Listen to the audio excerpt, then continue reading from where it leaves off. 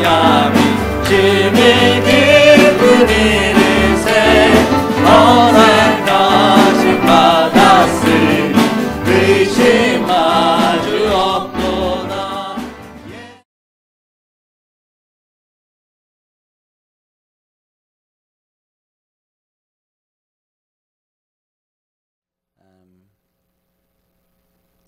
우리 20장부터 보겠습니다. 20장 12절부터 21장 8절까지 우리 다 같이 일어나셔서 함께 교독하도록 하겠습니다. 제가 한 절 읽고 여러분들이 한 절 읽으시고 이렇게 교독합니다. 또 내가 보니 죽은 자들이 큰 자나 작은 자나 그 보좌 앞에 서 있는데 책들이 펴 있고 또 다른 책이 펴졌으니 곧 생명책이라. 죽은 자들이 자기 행위를 따라 책들에 기록된 대로 심판을 받으니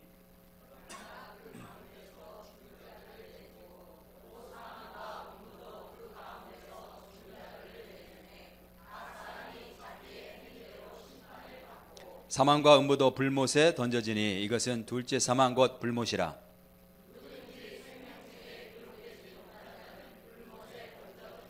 또 내가 새 하늘과 새 땅을 보니 처음 하늘과 처음 땅이 없어졌고 바다도 있지 않더라.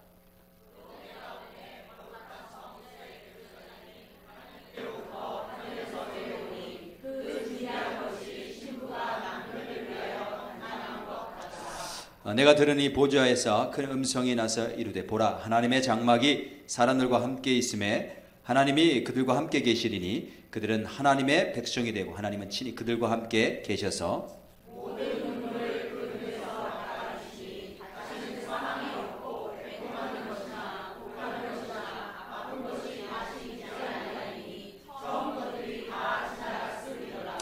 보좌에 앉으시니가 이르시되 보라 내가 만물을 새롭게 하노라 하시고 또 이르시되 이 말은 참 신실하고 참되니 기록하라 하시고 또 내게 말씀하시되 이루었도다 나는 알파와 오메가요 처음과 마지막이라 내가 생명수 생물을 공부하는 자에게 값없이 주시리니 이기는 자는 이것들을 상속으로 받으리라. 나는 그의 하나님이 되고 그는 내 아들이 되리라. 그러나 두려워하는 자들과 믿지 아니하는 자들과 흉악한 자들과 살인자들과 음행하는 자들과 점술가들과 우생 숭배자들과 거짓말하는 모든 자들은 불과 유황으로 타는 못에 던져지리니 이것이 둘째 사망이라. 아멘. 앉으시겠습니다. You may sit. 한 번 더 제가 우리 드려진 물질 위해서 또 오늘 말씀 듣기 위해서 한 번 더 기도하겠습니다. 하나님 감사합니다. 오늘 하나님께서 우리를 불러주시고 주님 앞에 나올 때에 하나님이 주신 은혜를 기억하게 하시니 감사합니다. 우리에게 주신 이 모든 것들 다 주님께서 은혜로 부으신 것을 고백하면서 주신 것 가운데 일부를 떼어 주님 앞에 믿음의 고백으로 드립니다. 하나님 받으시고 축복하시고 하나님 나라 위에 사용하여 주옵소서. 우리가 물질을 드릴 때에 물질만 드린 것이 아니고 우리의 마음과 삶도 온전히 드리기를 원합니다. 우리를 사용하여 주셔서 하나님의 영광을 이 땅에 나타나는 데 쓰임받게 도와주옵소서. 오늘 주의 말씀 듣기를 원합니다. 하나님이 우리의 마음을 움직여 주시고 말씀하시는 음성이 들릴 수 있도록 하나님 도와주옵소서. 우리 안에 사모하는 마음을 주시고 하나님 말씀을 들을 때 믿음으로 하나님 결단하는 그런 시간 될 수 있도록 축복해 주옵소서. 예수님의 이름으로 기도드렸습니다. 아멘. 한 몇 달 전에 그 텍사스 주 총회가 있었습니다. 그래서 우리 침례교 목사님들이 이렇게 모여서 함께 모임을 가졌는데 이제 거기를 참석하기 위해서 하이웨이를 타고 가던 중에 있었던 일입니다. 처음에는 이제 제가 운전을 했고 그 다음에 이제 제가 좀 피곤하니까 제 아내에게 부탁을 해서 운전하게 하고 저는 옆에서 좀 잠을 자고 있었습니다. 근데 갑자기 제 아내가 막 비명소리를 지르는 거예요. 그래서 제가 깜짝 놀라서 깨보니까 어떤 일이 일어나는가 하면 어떤 트럭이 저희 차 앞으로 와서 굉장히 험하게 폭력적으로 운전을 하는 거예요. 갑자기 브레이크를 확 밟아서 부딪힐 뻔하기도 하고 막 옆으로 흔들리면서 우리 옆으로 왔다가 와서 막 욕을 하는 것 같아요. 들지는 않았지만 막 욕설을 하면서 주먹을 막 이렇게 하면서 막 협박을 하는 그런 모습. 그러니까 막 자기가 속에서 화가 나가지고 혈기가 났는데 이걸 어찌할 바를 모르는데 그 차가 그걸 보여주는 거예요. 막 어떻게 쓰라도. 그래서 이게 어찌 된 일이냐고 제가 물어봤더니 제 아내는 운전할 때 항상 맨 오른쪽 차선에서 큰 차, 큰 트럭 뒤를 그냥 따라만 가요. 겁을 많이 내기 때문에 그냥 따라가는 거야. 근데 이게 우리 차 뒤에서 오던 그 트럭이 그게 답답했던 모양이에요. 마음에 안 드는 거야. 그러니까 본인이 자기 혈기를 이기지 못해서 막 우리 차 앞으로 와가지고 막 폭력적으로 사고도 내려고 하고 위협도 하고 막 이러는 거예요. 근데 제 아이들도 다 뒤에 타는데 그걸 다 보면서 다 이렇게 공포에 질리는 거 있잖아요. 이 순간 이 사태를 어떻게 해야 되는가. 근데 제가 운전대 안 잡고 있기를 천만다행이었어요. 제가 옆에서 제가 어떻게 할게요? 셀폰을 꺼내서 탁 이랬어요. 이걸 봤죠? 예, 보더니 옆에 엑싯을 타고선 쏜살같이 불이 났게 도망가더라고. 이게 살인 미수죄예요. 이거 찍혀서 나중에 수당하면은 살인 미수죄 해당되는. 불이 났게 도망가더라고. 그래서 제가 제 아이들에게 또 한 가지 교훈을 주었어요. 자, 봐라, 자기가 힘으로 폭력으로 다른 사람을 누르려고 하는, 다른 사람을 해하려고 하는 사람은 진짜 비겁한 자다. 자기보다 더 힘센 사람 앞에는 저렇게 굴복하는데 셀폰 하나에 도망가지 않냐.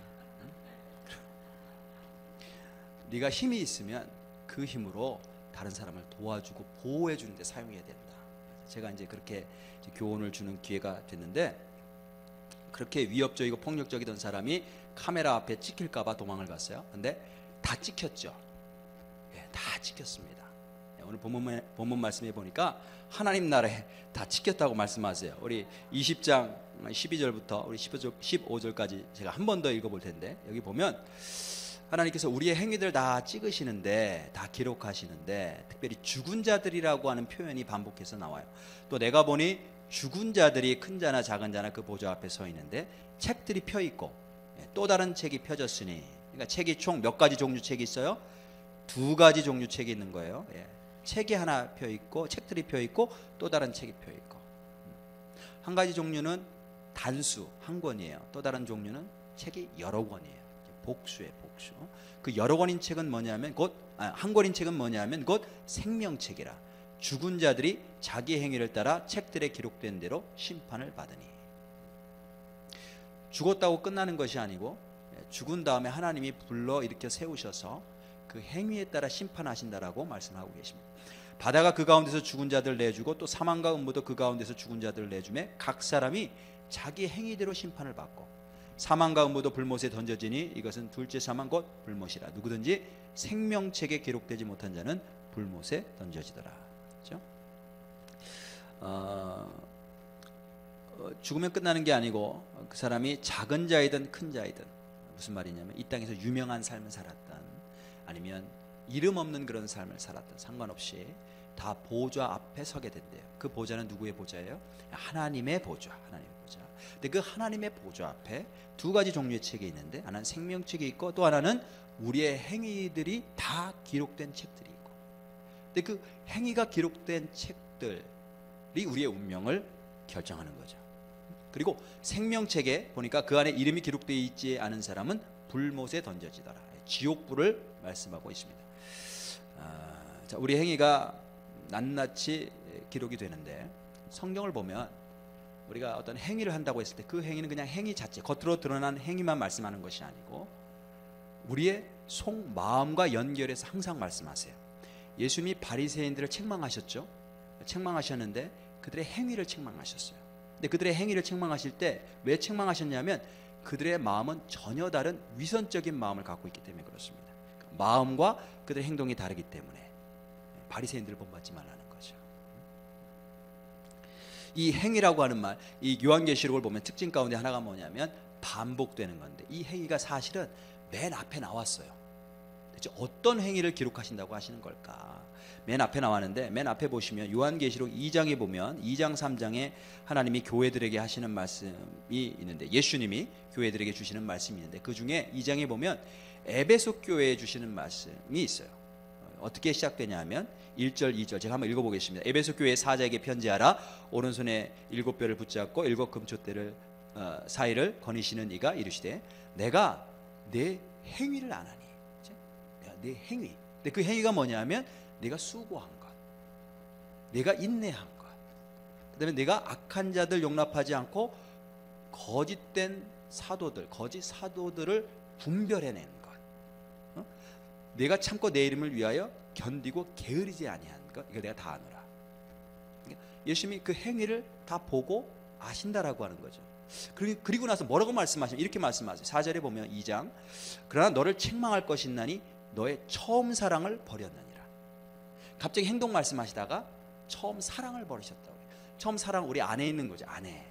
그러니까 우리의 모든 행동은 주님이 보시지만 다 알고 계시지만 그 행위가 우리 안에 있는 사랑의 마음과 연관이 된다는 거예요. 근데 너는 처음 사랑을 버렸다는 거예요. 그리고 나서 5절에 보면 그러므로 어디서 떨어졌는지를 생각하고 회개하여 처음 사랑을 가져라 이렇게 말씀하시지 않고 처음 사랑을 회복해라 이렇게 말씀하시지 않고 뭐라고 말씀하세요? 처음 행위를 가져라. 처음 사랑 말씀하셨다가 처음 행위를 또 말씀하시는 거예요. 그러니까 이 사랑과 행위가 서로 분리된 게 아니라는 거죠. 네가 처음 사랑을 버렸는데 처음 행위를 회복하라 이렇게 말씀하세요. 그래서 우리 안에 있는 사랑이 우리 안에 있는 믿음이 우리의 행위로 나온다라는 거죠. 그래서 우리가 신앙생활할 때 많은 행위들이 있죠. 지금 나와서 예배 드리는 것도 이것도 행위예요. 그죠? 헌금 드리는 것도 행위고 오늘 또 음식 준비하신 또 우리 목장 식구들이 있는데 그것도 다 행위죠. 믿음의 행위, 신앙의 행위인데 이게 우리 안에 사랑에서 나오는 행위인가? 이거를 하나님께서 보신다는 거예요. 그래서 우리는 사실 먼저 은혜를 회복해야 돼요. 회복. 우리 안에 있는 은혜가 회복돼야 돼요. 그래서 뭐를 하든지 이 안에 있는 믿음에서 또 하나님을 사랑하는 그 마음에서 흘러 나와야 되는 거죠. 그걸 위해서 우리가 간구해야 될 줄로 믿습니다.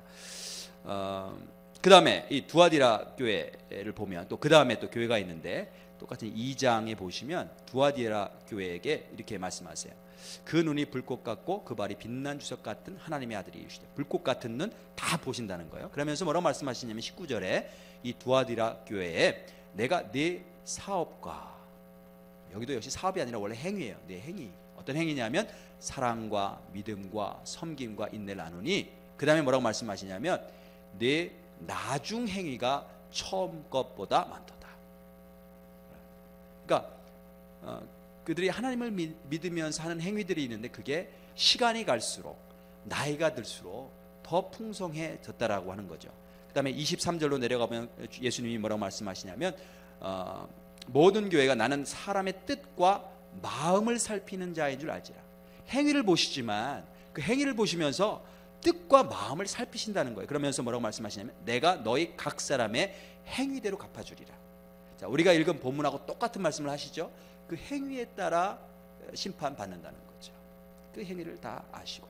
그래서 이 두아디라 교회는 어떤 칭찬이 있었는가 하면 나중 행위가 처음 것보다 더 많다는 거죠. 그러니까 우리의 신앙생활이 시간이 지날수록 이게 더 깊어지고 더 진국이 되고 더 풍성해져야 돼요. 자, 여러분들의 신앙생활은 어떠세요? 주님을 향한 마음, 믿음과 사랑은 어떠세요? 1년 전에 믿을 때보다 10년 전, 20년 전보다 이게 더 깊어지고 더 진해지는가? 더 진실해지는가? 더 확실해지는가? 많은 분들이 이제 그런 안타까움을 호소해요. 내가 옛날에 예수님 처음 믿을 때는 정말 열심히 했죠. 그때 첫사랑, 첫사랑이라고 표현하면서 그때는 참 뭘 해도 기쁘고 밖에 나가서 나무를 봐도 예쁘고 사랑하는 성도님들 보면 그렇게 사랑스럽고 예배 드리는 게 즐겁고 이랬는데 지금은 그런 것들이 많이 식었다고 이렇게 이제 하소연하시는 분들도 있는데 우리가 하나님을 향한 사랑, 예수님을 향한 사랑에 대해서 좀 이렇게 생각을 교정해야 될 부분이 있어요. 하나님과의 관계를 우리가 어떻게 이해할 수 있냐면 이게 꼭 남편과 아내와의 관계랑 꼭 같아요.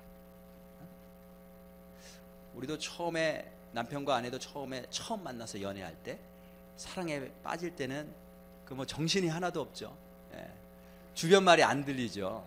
저도 이제 한국에 방문해서 저희 그 장인어른 댁을 처음 방문했을 때를 제가 기억을 해요. 결혼하기 전에 집에 방문했더니 이제 음식을 또 이렇게 잘 준비하셔서 대접해 주시고 장모님께서 함께 대화 나누고 그다음에 저녁에는 나가서 데이트하라고 이렇게 떠대미시더라고. 그래서 이제 저하고 제 아내하고 그 건물 옥상에 올라갔어요. 올라가니까 별이 쫙 보이고 밤이 됐어요. 밤이. 그래서 손잡고 이야기하다가 또 허그도 하고, 그때의 그 짜릿함, 연애할 때는 다 그런 게 있잖아요. 그 허그할 때의 그 짜릿함, 그런 감정, 그런 느낌이 지금도 있느냐? 사라진 지 오래죠. 그거는 화학 반응이에요. 케미컬, 화학 반응. 그런 사랑의 감정은 사라진 지 오래. 그런 걸 또 구하고, 그런 게 사라졌다고 사랑이 없다고 하고 딴 여자를 찾아다니고 그러면 잘못된 거예요. 사랑을 잘못 이해하는 거예요. 그런 감정은 사라졌지만 아내에 대한 사랑은 더 깊어져야 되는 거죠. 아내에 대해서 그동안 세월을 함께 살아오면서 더 알게 되고, 더 신뢰하게 되고, 그러면서 그 아내를 아는 그 아내를 신뢰하는 그 믿음으로부터 나오는 사랑이 있는 거예요. 그게 진짜 사랑이죠. 어떤 상황 속에서도 아내와 함께 할 수 있는 그 사랑. 하나님과의 관계도 마찬가지인데, 우리가 처음에 하나님 믿을 때는 이거 뭐 생전 처음 느끼는 거예요. 성령이 감동 주시고 기쁨을 주시고. 근데 이런 것들이 시간 지나면서 사라져 버린단 말이에요. 그러면 사랑이 사라져 버렸네, 식어져 버렸네, 열심히 식어져 버렸네, 그렇게 하는 게 아니고 하나님을 더욱 알아가려고 해야 돼요. 하나님을 더욱 알아갈수록 하나님이 정말 이런 분이시구나, 구체적으로. 그러면서 더 믿음이 가고 더 신뢰가 가고, 거기서부터 진짜 사랑이 나오고, 그 사랑으로 섬기는 거죠. 그 사랑으로 헌신하고, 그런 사랑. 그래서 저와 여러분들이 날마다의 우리 신앙생활이 더 깊어지기를 원하고, 주님 앞에 갔을 때 주님께서 너의 나중 사랑이 첫사랑보다 훨씬 더 크다, 이런 칭찬을 받으시는 그런 축복된 백성들 되시길 주님의 이름으로 축복합니다. 그 다음에 또 생명책이 있는데, 이 생명책, 궁금하죠? 생명책에 이름이 없으면 불못에 던져진다고 그래요. 그럼 누가 생명책에 기록되어 있을까? 내 이름은 생명책에 기록되어 있을까? 이게 기록돼야 불못에 던져지지 않고 천국에 들어가는데, 지옥에 던져지지 않고. 그러면 누가 생명책에 기록될 수 있을까? 누가 생명책에 기록돼요? 네? 누가 생명책에 기록될까요? 생명이 그 안에 있는 사람이 기록되는 거예요. 그래서 그 책 이름이 생명책이에요. 그 안에 영원한 생명이 있는 사람이 기록되는 거예요. 누가 영원한 생명이 있어요? 요한일서에 보면 아들이 있는 자에게는 생명이 있고 아들이 없는 자에게는 생명이 없대요. 정말 예수님이 이 안에 있는 사람은 생명이 있는 거예요. 영원한 생명이 있는 거예요. 그 사람이 생명책에 기록되는 거예요. 예수 그리스도가 내 안에 없는 사람, 예수님을 믿지 않아서, 예수님이 영원한 생명으로 오셨는데 그 생명이 없는 사람은 거기 기록될 수가 없는 거예요. 그래서 불못에 던져지는 거죠. 그러면 내 안에 이 진짜 생명이, 영원한 생명이 있는 줄 어떻게 아느냐? 이게 행위로 나온다잖아요. 이게 행위로. 우리 안에 정말 그 믿음이 있느냐, 예수 그리스도에 대한 믿음이 있느냐, 예수님에 대한 사랑의 관계가 내 안에 정말 있느냐, 이게 우리 행위로 나온다는 거예요. 행위로. 저와 여러분들이 첫사랑이 회복되길 바라고요. 우리의 신앙이 갈수록 그 모습과 자태가 주님 보시기에 더욱 빛날 수 있기를 원합니다. 우리가 해마다 연말이 있어요. 우리 연말을 반복해요. 연말을 반복. 또 연말을 주시고 또 연말을 주시고. 왜 연말을 반복하시냐면 이 연말을 통해 하나님께서 우리에게 가르쳐 주시는 거예요. 우리의 인생도 마지막이 있다. 그걸 가르쳐 주시는 하나님의 섭리죠. 그래서 우리가 연말을 맞이해서 이 한 해를 보내면서 주님 앞에서 혹시 부끄러운 죄가 있다면 그리스도의 보혈을 의지해서 깨끗이 회개하고 씻어내고, 그 다음에 주님께서 주시는 사랑과 은혜를 더욱더 회복할 수 있도록 그렇게 은혜를 구하는 그런 연말이 되시기를 바랍니다. 그 다음에 뒷부분을 보니까 다시 우리 본문으로 돌아와서 21장부터 본문으로 돌아오면 거기 보니까 하나님께서 새롭게 하신다라고 하는 또 메시지가 있어요. 2020년도 새해가 다가오죠. 예. 숫자도 아주 좋아요. 2020년. 하나님께서 우리에게 새해를 주시는데, 새해를 주시는 이유가 뭐냐? 우리 인간이 새로워질 수 있다는 거죠.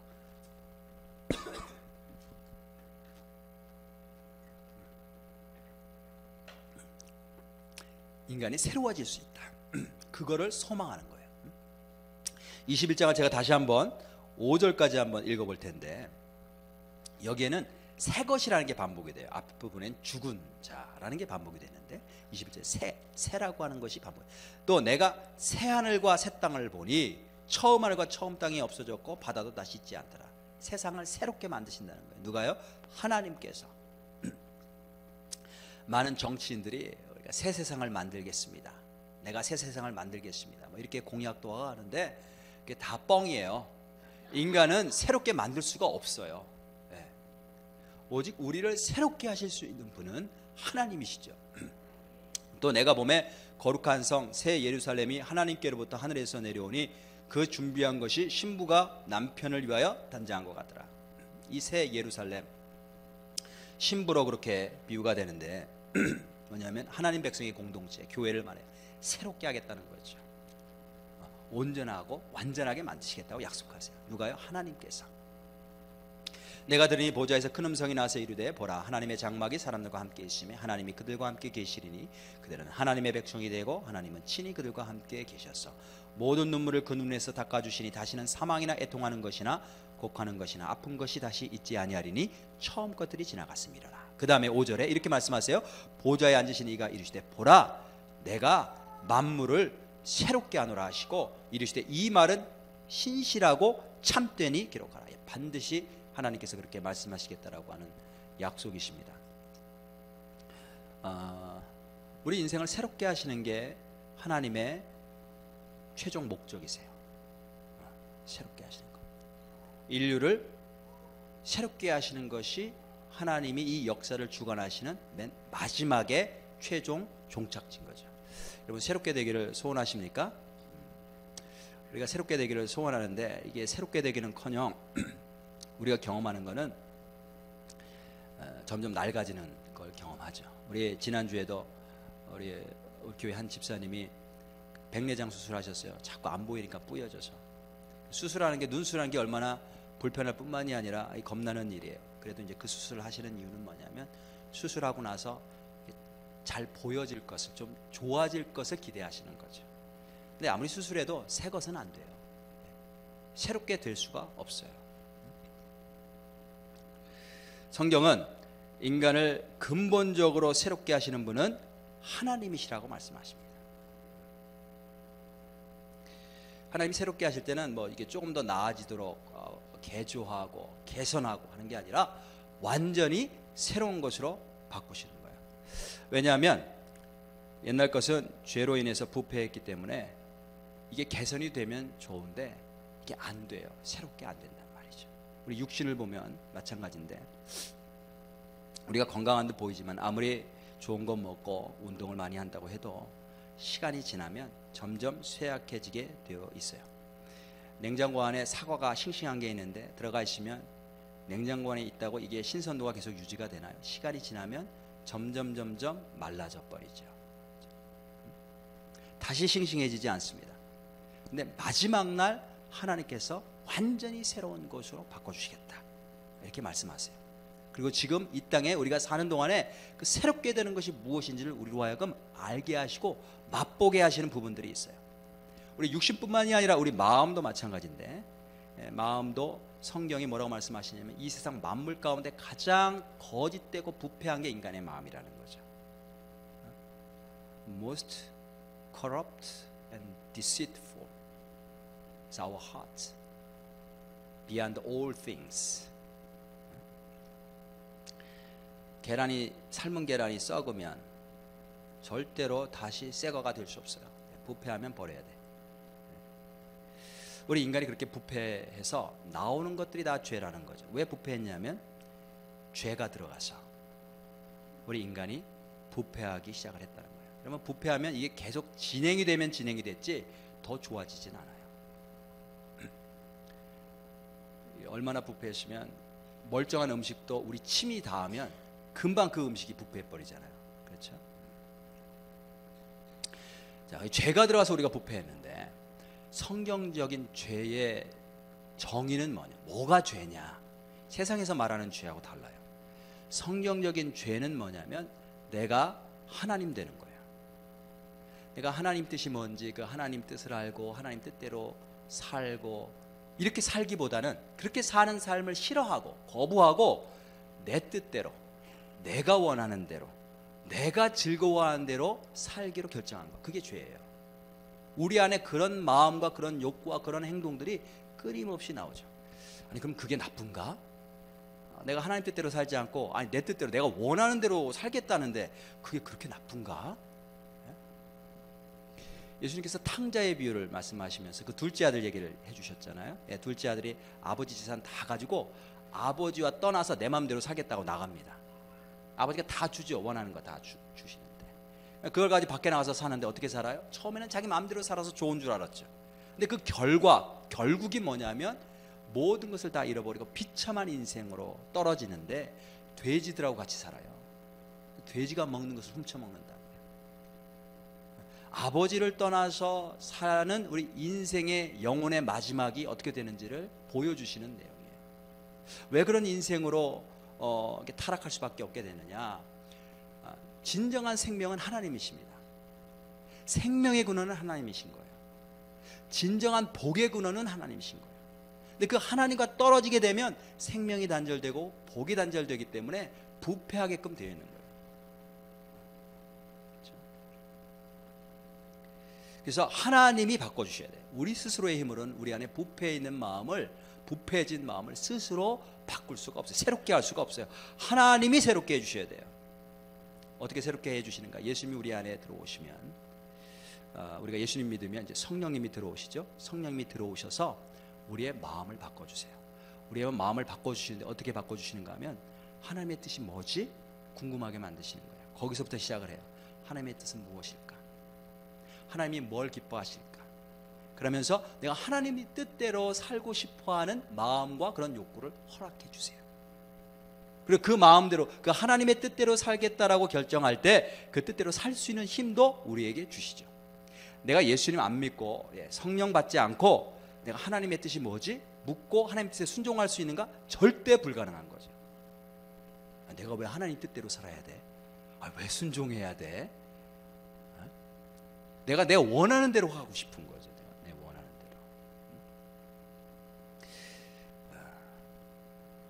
대로. 예수님 믿고 나서도 이제 성령님이 들어오셔서 내 마음을 바꿔주신 다음에도 여전히 하나님께 안 물을 때가 있죠. 많죠.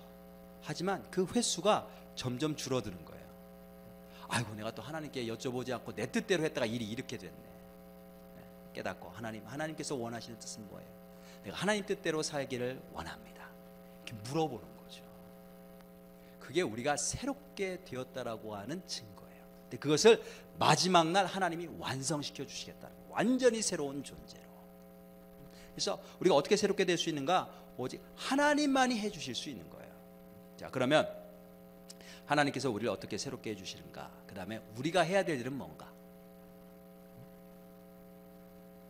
우리가 새로운 인생 되기 위해서 우리 이제 2020년도 새해가 되면 우리 가정도 새로워지기를 원하고 나 자신의 인생도 좀 새로워졌으면 좋겠고 우리 교회도 좀 새로워졌으면 좋겠고 하나님께서 하시는데 하나님께서 우리를 새롭게 하실 때에 어떤 방식을 사용하셔서 새롭게 하시는가 한번 보겠습니다. 3절 다시 한번 보면 내가 들으니 보좌에서 큰 음성이 나서 이르되 보라 하나님의 장막이 사람들과 함께 있음에 하나님이 그들과 함께 계시리니 원래 하나님이 그들과 함께 계시리라고 하는 뜻은 무슨 뜻이냐면 하나님이 당신 자신이 장막이 되셔서 우리를 덮으신다는 거예요. 우리와 함께 하시는데 완전히 싸매 주신다는 거죠. 그들은 하나님의 백성이 되고 하나님은 친히 그들과 함께 계셔서 그리고 그렇게 되니까 모든 눈물을 그 눈에서 닦아주시고 사망이 없고 애통하는 것 없고 곡하는 것 없고 아픈 것 없고 처음 것들이 지나가는 거죠. 자, 하나님께서 우리를 새롭게 하실 때 어떻게 새롭게 하시는가 하면 우리와 함께 하심으로 새롭게 해주시는 거예요. 우리 가정이 새롭게 되기를 원하면 내 인생이 새롭게 되기를 원하면 무엇이 있어야 되냐면 하나님이 나와 함께 해주셔야 돼요. 제가 이사를 왔잖아요. 작년에 루이빌에서 여기 샌안토니오로 완전히 새로운 환경인데 이사를 왔다고 제가 새로워지진 않아요. 새로운 사람들 만나고 새로운 환경, 새로운 교회, 만났지만 그거 자체로 내 자신이 새로워지는 건 아니에요. 내가 어떻게 새로워질 수 있는가? 하나님이 나를 새롭게 해주셔야 되는데 어떤 방법을 사용하시는가 하면 하나님의 임재를 통해, 하나님이 함께 해주심을 통해, 하나님이 주의 성령으로 나를 충만히 채워주심을 통해 내가 새로워지는 거예요. 그래서 마지막 날 우리를 완전히 새롭게 해주신다고 했을 때 우리가 어떻게 새롭게 되는가? 성령으로 완전히 머리끝부터 발끝까지 충만해지는 상태, 하나님의 영으로 완전히 하나님과 연합하는 그런 상태가 되는 거예요. 완전히 새로운 존재가 되는 거죠. 그걸 허락해 주시겠다는 거예요. 이제 성탄절이 다가오는데 예수님 탄생하시는 것에 대한 예언 가운데 보라, 처녀가 잉태하여 아들을 낳을 것이요 그 이름을 임마누엘이라 하리라. 임마누엘 뜻이 뭐예요? 하나님이 우리와 함께 계시다. 예수님이 왜 이 땅에 오셨어요? 우리와 함께하고 싶으셔서. 그게 하나님의 최종 목적이에요. 우리를 새롭게 해주시는데, 그 새롭게 해주신다라고 하는 의미가 뭐냐면 하나님이 온전히 우리와 함께 하시는 거예요.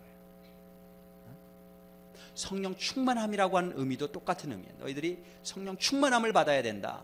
이 말씀 무슨 뜻이냐면 하나님의 영으로 충만하게 하나님의 임재 가운데 온전히 살아야 된다는 거예요. 저는 이제 저희 아이들하고 같이 자는 거를 좋아해요. 제 아내는 굉장히 싫어합니다. 자기랑 자기를 원하지 제가 아들이랑 가서 아들들이랑 가서 자는 거를 싫어해요. 근데 이제 아이들이 크면 더 이상 같이 자고 싶어도 애들이 원하지 않을 때가 있고, 이제 애들이 떠날 거잖아요. 크면 다 떠나잖아요. 이제 하나님을 떠나는 우리 인간의 죄된 모습을 보는 거예요. 거기서 다 떠나는데 그 전에 이제 기회가 있을 때 같이 자고 싶어요. 같이 자면 그렇게 좋을 수가 없어요. 불 끄고 애들이랑 도랑도랑 짧지만 같이 이야기도 하고 이불도 덮어주고 기도도 해주고 뽀뽀도 해주고 그냥 같이 있는 거가 저는 너무 기쁘고 행복해요. 그게 하나님 아버지의 마음인 거죠. 그게 하나님 아버지의 소원인 거예요. 생명 되신 하나님, 복의 근원 되신 하나님이 우리와 함께하고 싶으신 거예요. 우리에게 새해를 또 매번마다 주시는데 반복해서 주시죠. 그 이유가 뭐냐면 새로운 인생으로 살라고, 올해는 새로운 인생 되라고 하나님이 원하시는 거예요. 새로운 인생 어떻게 우리가 살 수 있는가? 근본적으로 하나님과 함께 할 때, 하나님의 충만한 임재 가운데 살 때, 주의 성령으로 충만해질 때 새로운 인생을 살 수가 있어요. 그러면 새로워집니다. 새로움을 맛보게 돼요. 자, 우리가 그럼 해야 될 거 무엇인가? 내가 해야 될 거, 하나님과 함께 하기 위해서 내가 해야 될 거, 두 가지로 간단하게 말씀드리고 마무리하겠습니다. 첫 번째, 목말라 해야 됩니다. 하나님의 임재를 목말라 해야 돼요. 6절에 보니까 또 내게 말씀하시되 이루었도다. 나는 알파와 오메가요 처음과 마지막이라. 내가 생명수 샘물을 누구에게 주신다고 그래요? 목마른 자에게 값없이 주리니. 우리가 목말라 하잖아요. 목말라 하는데 뭘 목말라 하는지가 중요해요. 목말라 하는데 세상의 것들 목말라 하시면 안 되고요. 하나님을 목말라 해야 되는 거예요. 하나님의 임재를 목말라 하고, 하나님의 사랑을 목말라 하고. 여기 우리 가운데 누군가 나 정말 목말라요, 물 좀 갖다 주세요 하면서 쓰러진 분이 계시다고 한번 생각해 보세요. 지금 이 순간에. 그러면 다 우르르 나가서 물 갖다 주실 거예요. 목말라서 쓰러지는데 가만히 보고만 있을 사람이 누가 있겠어요?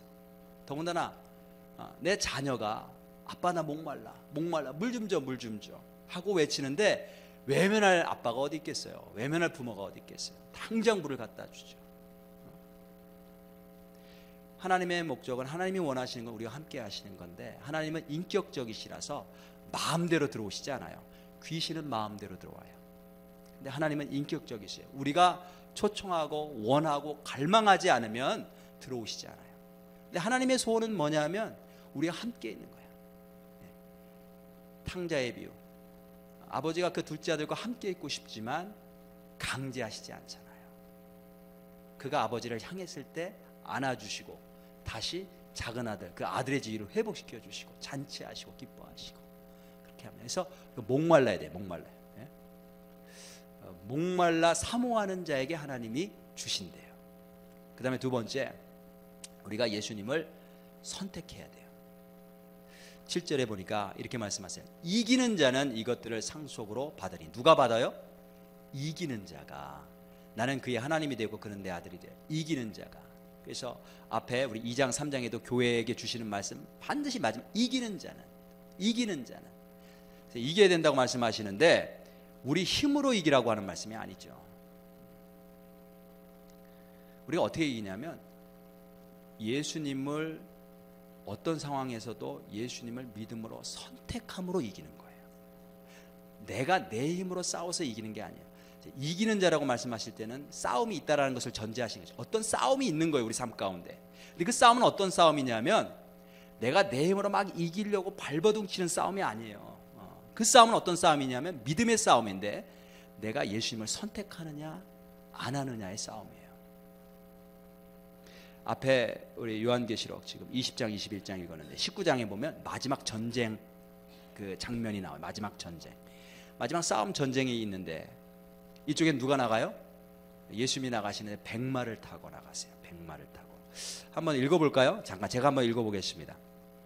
19장 11절에 보면 또 내가 하늘이 열린 것을 보니 보라 백마와 그것을 탄 자가 있으니 그 이름은 충신과 진실이라. 그가 공의로 심판하며 싸우더라. 예수님이에요. 그 눈은 불꽃 같고 그 머리에는 많은 관들이 있고 이미 승리하신 분이세요. 또 이름 쓴 것 하나가 있으니 자기밖에 아는 자가 없고 또 그가 피 뿌린 옷을 입었는데 그 이름은 하나님의 말씀이라 칭하더라. 무엇으로 싸우시냐면 하나님의 말씀으로 싸우시니. 그 다음에 14절에 이런 말씀이 있어요. 하늘에 있는 군대들이 희고 깨끗한 세마포 옷을 입고 백마를 타고 그를 따르더라. 예수님이 싸우시 전쟁터가 있고 전쟁이 있는데 예수님이 나가서 맨 앞장서셔서 싸우시죠. 근데 그 뒤에 따르는 무리들인데 누구냐면 하늘의 군대들이에요. 이게 천사들일 수도 있고 저는 천사들일 뿐만이 아니고 모든 믿는 성도들이라고 저는 봐요. 하나님의 자녀들. 그 뒤를 따라서 싸우는데 승리하죠. 예수님이 싸우시니까. 예수님의 온 옷이 피로 물들어서 그 말은 무슨 뜻이냐면 예수님이 앞장서서 싸우신다는 거예요. 근데 재밌는 표현은 뭐냐면 그 뒤에 따르는 이 하늘 군대들이, 그죠? 하나님의 백성들, 이 믿는 자들 군대들이 희고 깨끗한 세마포 옷을 입었대요. 아니 전쟁터에서 나가 싸우는데 어떻게 옷이 희고 깨끗할 수가 있어요? 예?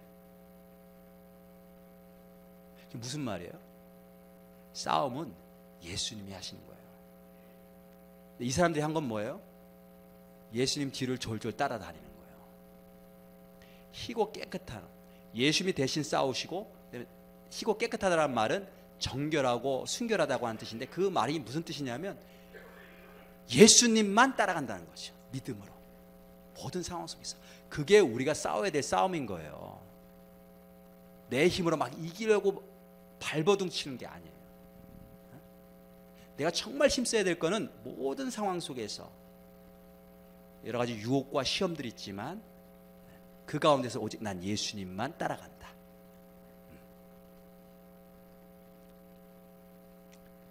지난 주일날 우리 소목자 모임 때 제가 이제 함께 나눈 그런 내용인데 어떻게 하다 보니까 하나님께서 저를 쉴 수 없는 상황으로 계속 인도하시는 거예요. 그래서 이제 우리 루이빌에서 목회하다가 이곳으로 왔을 때도 거기 일이 참 많았어요. 많고 이사하는 것도 쉽지 않죠. 여기 왔는데 전 좀 쉬었으면 좋겠는데 한 달이나 두 달 정도 좀 쉬고 새로운 목회지에서 목회를 시작했으면 좋겠는데 하나님이 그걸 허락하시지 않더라고요. 바로 목회를 해야만 하는 그런 상황이셨어요. 그런데 그때 제 마음에 어떤 마음이 드냐면 하나님이 허락하시는 거니까 그 하나님 허락하시면 내가 순복해야지. 그냥 맡기는 거예요. 아, 하나님 뜻이 계신가 보다. 나를 이렇게 연약하게 하고 힘들게 하실 때는 뜻이 계신가 보다. 내 힘으로 하지 말라고 하시는 모양이다. 그래서 나는 이게 아직 레디가 안 된 것 같지만 아직 힘이 없는 것 같지만 하나님이 허락하시면 거기에 순종하고 순복하고 그냥 따라가는 거예요. 그게 승리하는 길인 줄로 믿습니다. 제가 아프리카 단기 선교를 이제 1년에 한 번 정도 이렇게 가는데 갈 때마다 영적 싸움이 있어요. 영적 전쟁이 있어요. 어떤 해는 코트디부아르에 갔는데 잠을 못 자는 거예요. 불면증. 제가 처음 불면증 거기서 걸렸는데 잠이 안 와. 이렇게 들어 누우면 그냥 정신이 밝아. 그냥 정신이 있어요. 그냥 눈만 감고 있는 거야. 그러다가 이제 새벽 3시나 4시쯤 이렇게 일어나요. 일어나는데 이제 악한 영들의 역사와 영적 싸움이라는 걸 제가 알았죠. 그러면 그런 어떤 상황이 닥치면 싸워야 되겠죠. 이제 싸우는 방법이 몇 가지가 있어요. 내가 예수님의 이름으로 약한 영들 물러가라. 불면증의 영은 물러가라. 뭐 그래서 물리칠 수 있죠.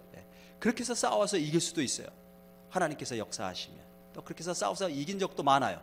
근데 그때는 제가 어떤 마음이 드냐면 악한 영들을 대적하기보다는 여기에 신경 쓰고 여기에 마음을 두기보다는 내가 하려고 하는 이 하나님의 일이 얼마나 귀한지, 얼마나 귀하면 악한 영들이 이렇게 역사를 할까, 이런 생각이 드는 거예요. 그래서 네가 아무리 역사해도 너는 나를 멈출 수가 없어.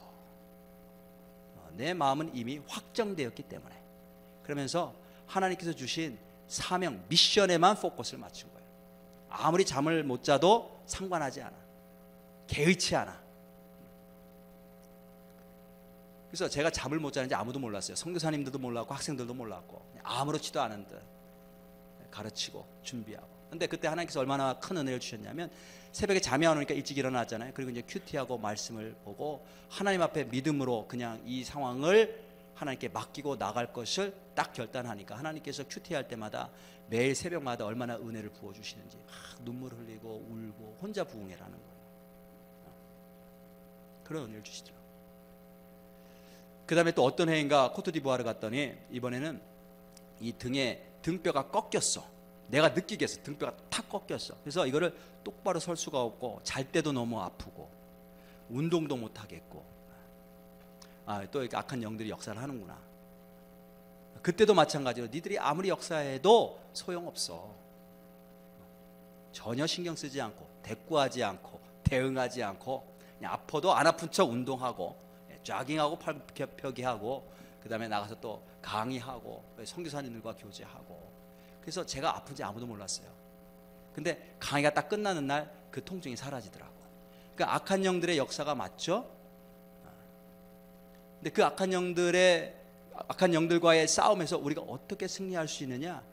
내가 믿음으로 이 상황, 주님께서 주신 사역을 감당할 것을 선택할 때 이기는 거예요. 내가 기운이 많아가지고 막 목회를 신나게 하는 게 아니에요. 싸우는 건 하나님이 하시고 예수님이 하시는 거예요. 목회는 예수님이 하시는 거예요. 내가 하는 건 뭐냐면 그 예수님만 따라간다라고 하는 믿음의 고백을 하는 거죠. 예수님이 이 땅에 오셔서 십자가 지실 때 붙잡히셔서 얼마나 많은 채찍을 맞으셨어요. 의학자들이 뭐라고 판별을, 나중에 예수님이 십자가 지실 힘도 없으셨잖아요. 이미 십자가 지기 전에 채찍질 맞음으로 인해서 이미 그것만으로도 사망에 이를 지경에 이르렀다는 거죠. 그러니까 그 채찍이 그냥 채찍이 아니라 가죽 끝에다가 이런 뼈 조각이나 쇠 조각을 넣고 이렇게 휘두른 거기 때문에 이 살갗에 박혀서 속에 있는 것들이 다 이게 끄집어내는 채찍질이거든요.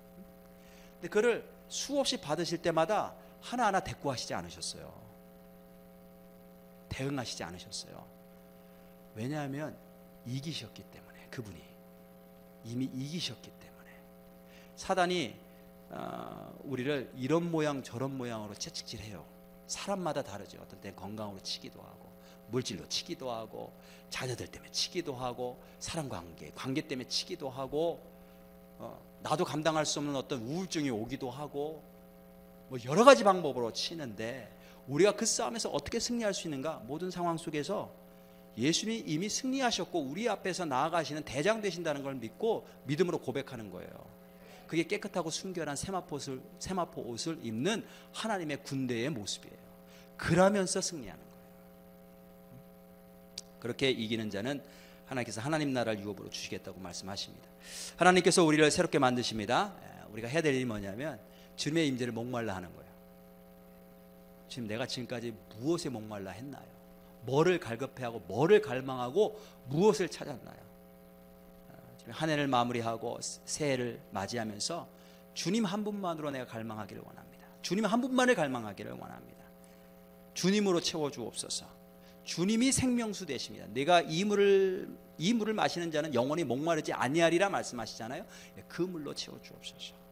그리고 선택하는 거예요. 믿음의 길을 선택하는 거예요. 믿음의 길. 내가 힘이 있다고 자꾸 힘을 얻으려고 하고 힘으로 발휘하려고 하는 거, 그 힘은요, 이 카메라 하나에 도망가는 힘이라니까. 믿음의 길을 선택하는 그런 참된 승리의 길을 걸어가시는 저와 여러분들 되시길 주님의 이름으로 축복합니다. 오늘 말씀 생각하시면서 우리 함께 찬양하실 텐데, 하나님의 나팔 소리 천지 진동할 때에 예수 영광 중에 구름 타시고 우리 함께 찬송합니다. 나팔 불 때 내 이름이 불려지기를 소망하며 또 믿으며 또 간구하며 우리 함께 찬양 부르실 때 다 같이 일어나셔서 함께 찬양하시겠습니다. 우리 힘차게 찬양합니다.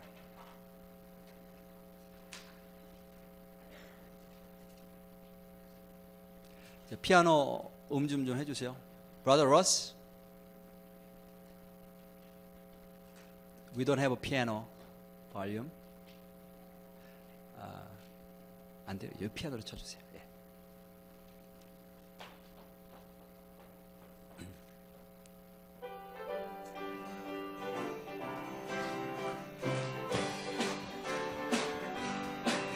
하나님의 나팔 소리 천지 진동할 때 예수 영광 중에 구름 타시고 천사들을 세계 만든 모든 곳에 보내어 구원받은 성도들을 모으리.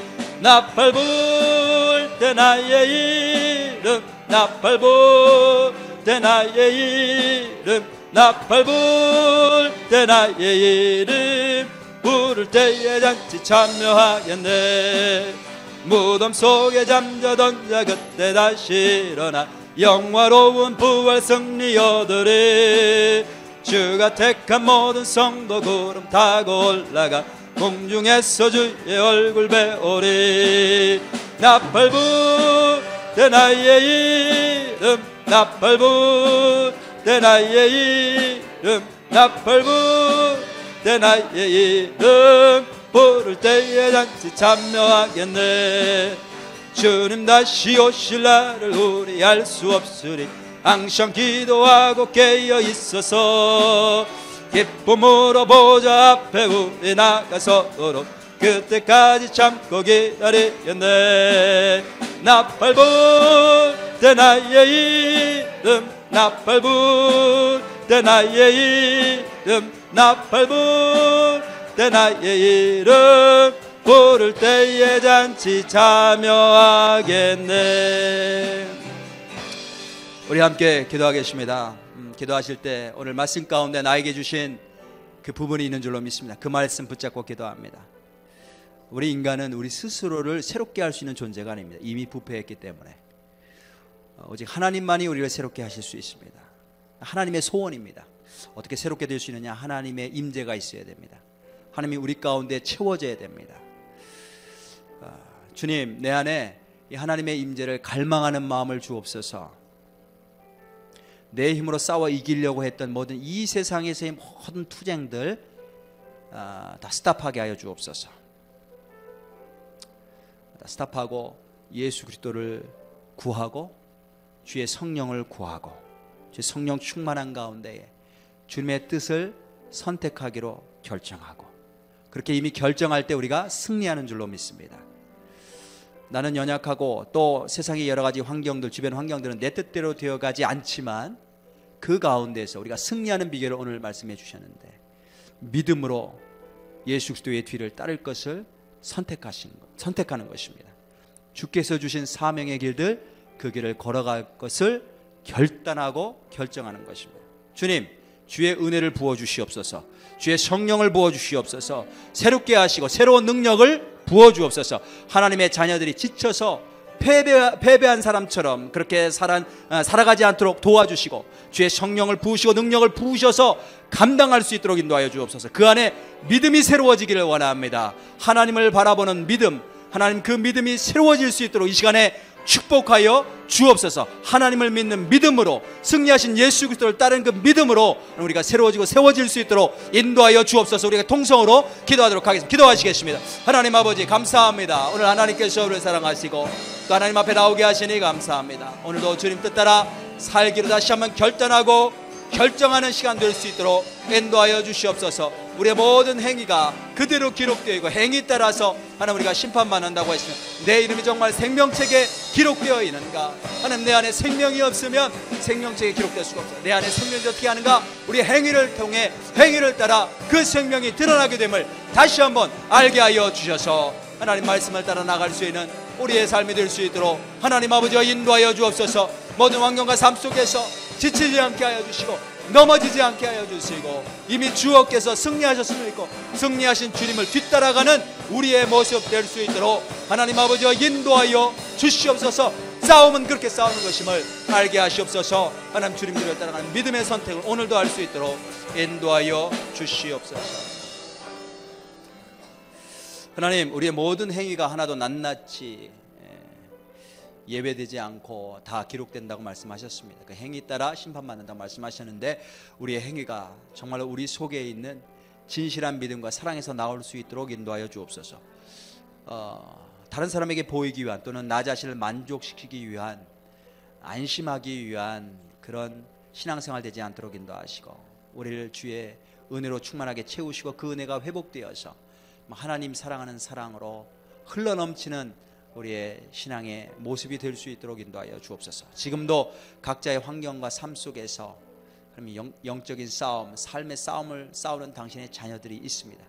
그들과 함께 하시고 위로하시고 말씀하시고 새로운 힘을 부으셔서 믿음의 길을 끝까지 걸어갈 수 있도록 축복하시옵소서. 어두운 영들, 악한 영들 예수 그리스도의 이름으로 명하노니 떠나갈지어다.